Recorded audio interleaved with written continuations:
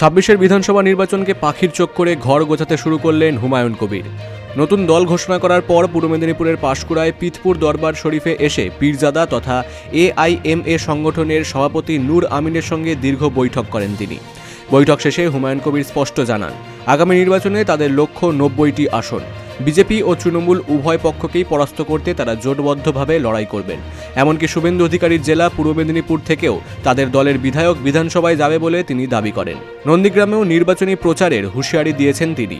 এই দিন বীরভূম থেকে অভিষেক বন্দ্যোপাধ্যায়ের ২৫০টি আসনের লক্ষ্যমাত্রাকেও তীব্র কটাক্ষ করেন হুমায়ুন।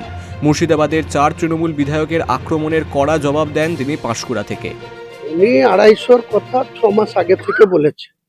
১০০ আগে পূজান, তারপরে ২৫০-র কথা বলবেন। ১০০টা পূজাতে বলবেন, তাহলে তো হবে। আমরা তো, ওনারা তো সরকারে আছে, কাজে ওনারা দাবি করতেই পারেন। আর আমরা নতুন ভাবে লড়ছি এনাদেরকে ক্ষমতাচ্যুত করার জন্য।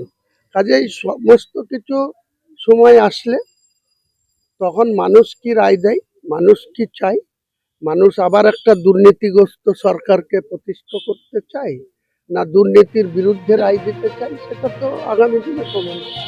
অন্যদিকে পীরজাদা নূর আমিন জানান, জোটের দরজা খোলা রয়েছে। সংগঠনের সঙ্গে কথা বলে পরবর্তী সিদ্ধান্ত নেওয়া হবে। আমি বলতে পারবো না এটা। দেখুন, আমাদের তো ট্যাগ লেগে আছে, আমরা টিএমসির লোক। তাহলে কালকে ভোটে লড়লে আমাদের ট্যাগ লেগে যাবে আমরা বিজেপির লোক। মাইনরিটিসদের প্রবলেম হচ্ছে যে এদের তো স্বতন্ত্র ভাবনা নেই। আর মাইনরিটিস লিডারও যারা আছেন তারা আবার তাদের নিজস্ব ইস্যু, নিজস্ব ইগো, নিজস্ব স্বার্থ এত বেশি ফ্লিট করে আছে যে সেগুলোকে এক জায়গায় আনাটাও খুব কষ্ট। ফলে যতক্ষণ কিছু হচ্ছে না আমরা কিছু বলতে পারবো না। তবে একটা কথা আমি খুব স্ট্রেট ফরওয়ার্ড বলেছি যে বিজেপিকে জায়গা করার জন্য আমরা কোনো ভূমিকা নিতে পারবো না, এবং উনি এখানে সহমত যে বিজেপিকে আটকানোর জন্য যা করার উনিও করবেন। নির্বাচনের আগে হুমায়ুনের এই সফর ঘিরে রাজনৈতিক মহলে তীব্র উত্তেজনা ছড়ায়। Bureau report, big news Bangla.